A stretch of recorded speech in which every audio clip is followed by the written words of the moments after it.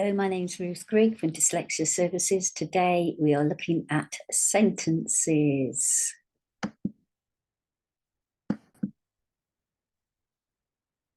So, a sentence is a group of words that say something. Sentences can be long or short, but they must contain a verb and a noun, and they must make sense. Let's have a look at a couple of the sentences. Riley walked along the path. This is the noun, Riley. Walked is the verb. Let's see if I can just annotate this.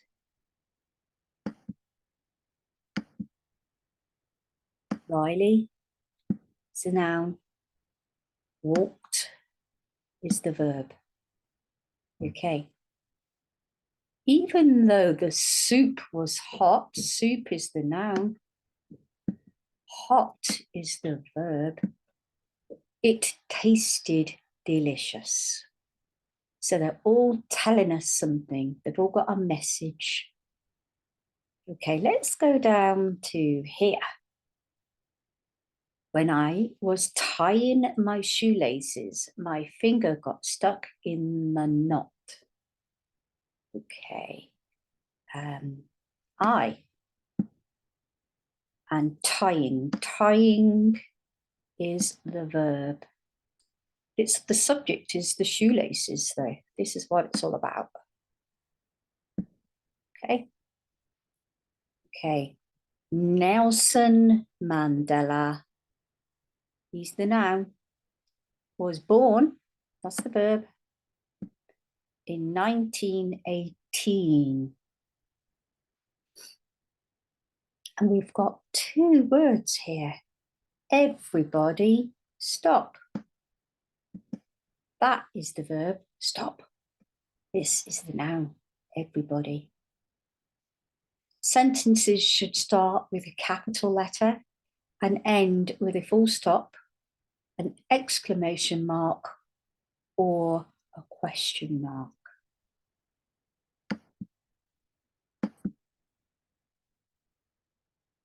We can break sentences down into different parts. So the subject is usually who or what does something. And the verb is the action. So let's have a look. The lion roared. The lion is the subject and roared is the verb. The bats flew. Bats is the subject. This is what we're talking about. That's the noun, the subject. And they flew is the verb. And we also can include an object. Some sentences have an object too. The object usually receives the action and usually goes after the verb. Okay. The lion is the subject, roared, so that's the verb. This is the subject. At the zebra. So this is the object. The zebra is the object. There you go. The bats flew out of the cave. So the bats is subject. Flew is the verb. And out of the cave, that's the object. Okay.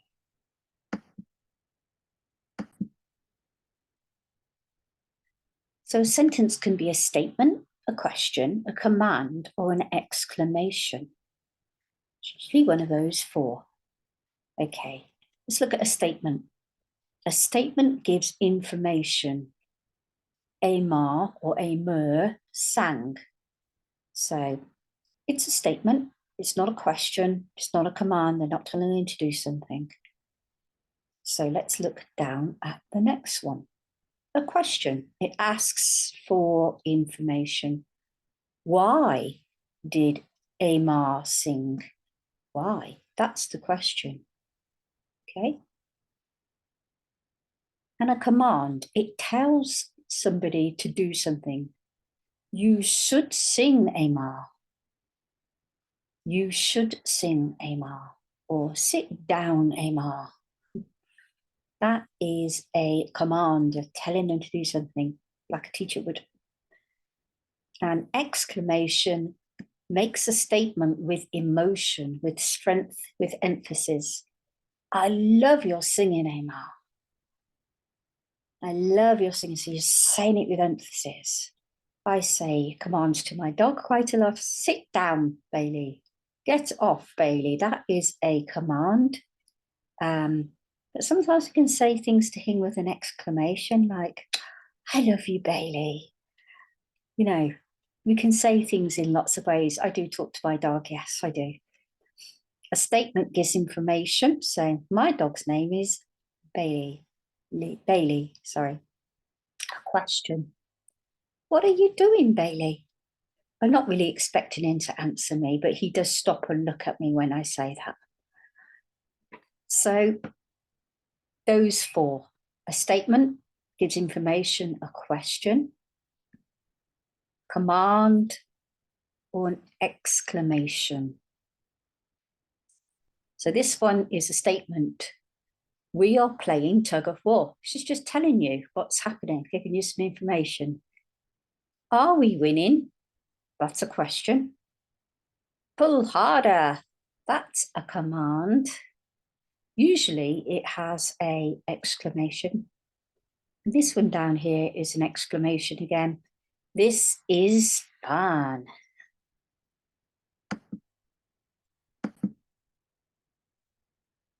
So there are different types of sentences you can use in your writing.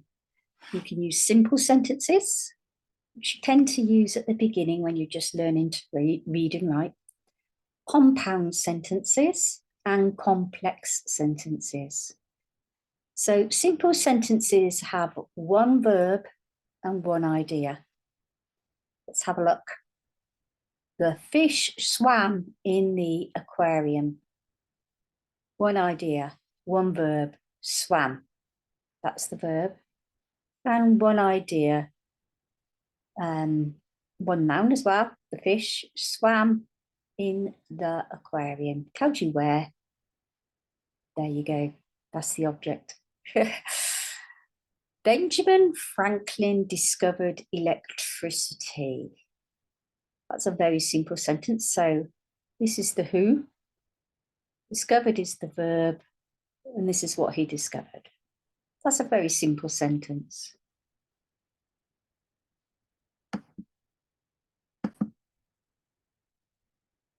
So two sentences together, joined together, make a compound sentence.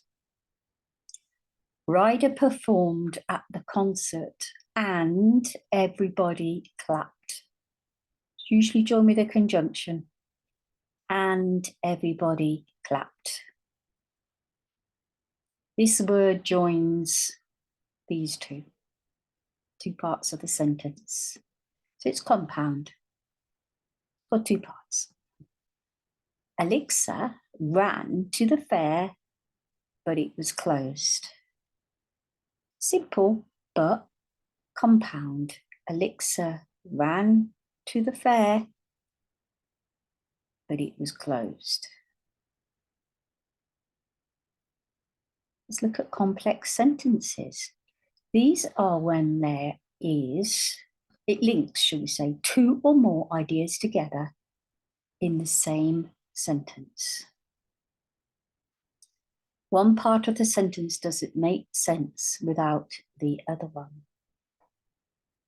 Again, they'd be joined by a connective or a conjunction. So they're normally longer sentences, but they make sense when you put the right things in the middle, connectives, conjunctions there to join the sentences so that the whole thing makes sense. Let's look at these in more detail. Okay. A simple sentence has one verb and one idea. They can be short, like Reuben jumped. That's one idea and one noun. Reuben jumped, that's the verb. We can make sentences longer by adding words and phrases. Reuben jumped over the hurdles on his school's enormous sports track. Whoa, it's telling you a little bit more about what Reuben is doing. A phrase is a group of words that does not contain a verb. A clause is a group of words that does contain a verb. Let's have a look. When you have written a sentence, read it to yourself. Does it make sense? Are all the words in the right place? If we have a look at this example, the girl ate a pizza. Yeah, that one makes sense, so that one can get the tick. A pizza ate a girl. No, that doesn't make sense. Make sure your sentences make sense. So two simple sentences can be joined together to make a compound sentence. Use a conjunction like, and, but, so, because, when, therefore, any of those, use those to join them together. So this in itself is a simple sentence. The doors opened wide, full stop. The lion wandered in, full stop. So these are two simple sentences.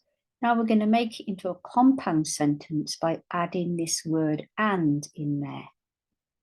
The doors open wide and the lion wandered in. Let's have another look. The concert was tonight, full stop, simple sentence. Dexter didn't have any tickets. So we're going to make that into a compound sentence by adding this word but. The concert was tonight, but Dexter didn't have any tickets. So he couldn't go, could he? Makes a difference when you put that little word in. Okay. Seth was feeling sad. Full stop, simple sentence. His dad gave him a hug. That's another simple sentence. Seth was feeling sad, so add that conjunction in. His dad gave him a hug. That makes it a compound sentence. If you take the conjunction away from a compound sentence, the two simple sentences should still make sense.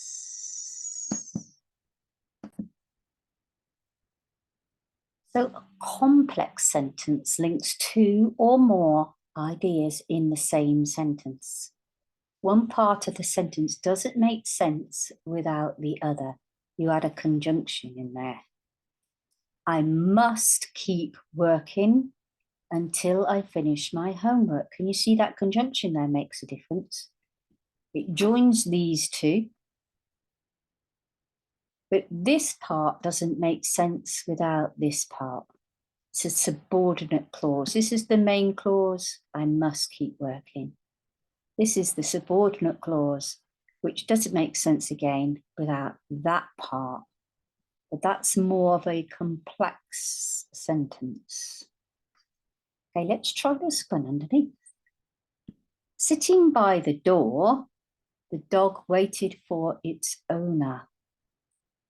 So, sitting by the door, the dog waited for its owner. This is actually the main clause. The dog waited for its owner, but they've put the subordinate clause in front.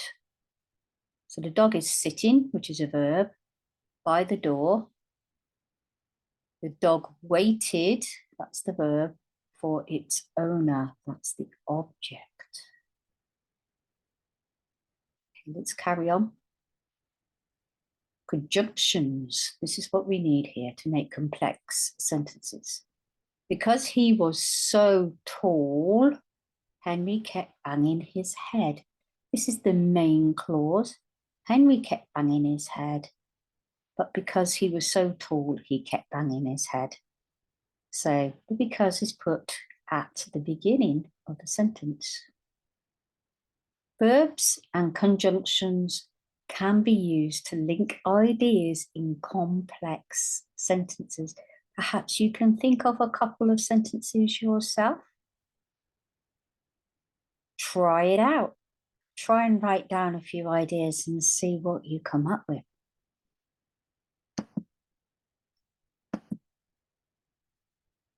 I would suggest you go back over this video and you try writing out a few of the sentences, writing out a complex sentence, writing out a compound sentence and a simple sentence, and put the right phrases together. Make sure that they make sense. Make sure you've got a conjunction here or connective. There you go. And see if you can form some of these sentences, and don't forget to do the activities. See you in the next video.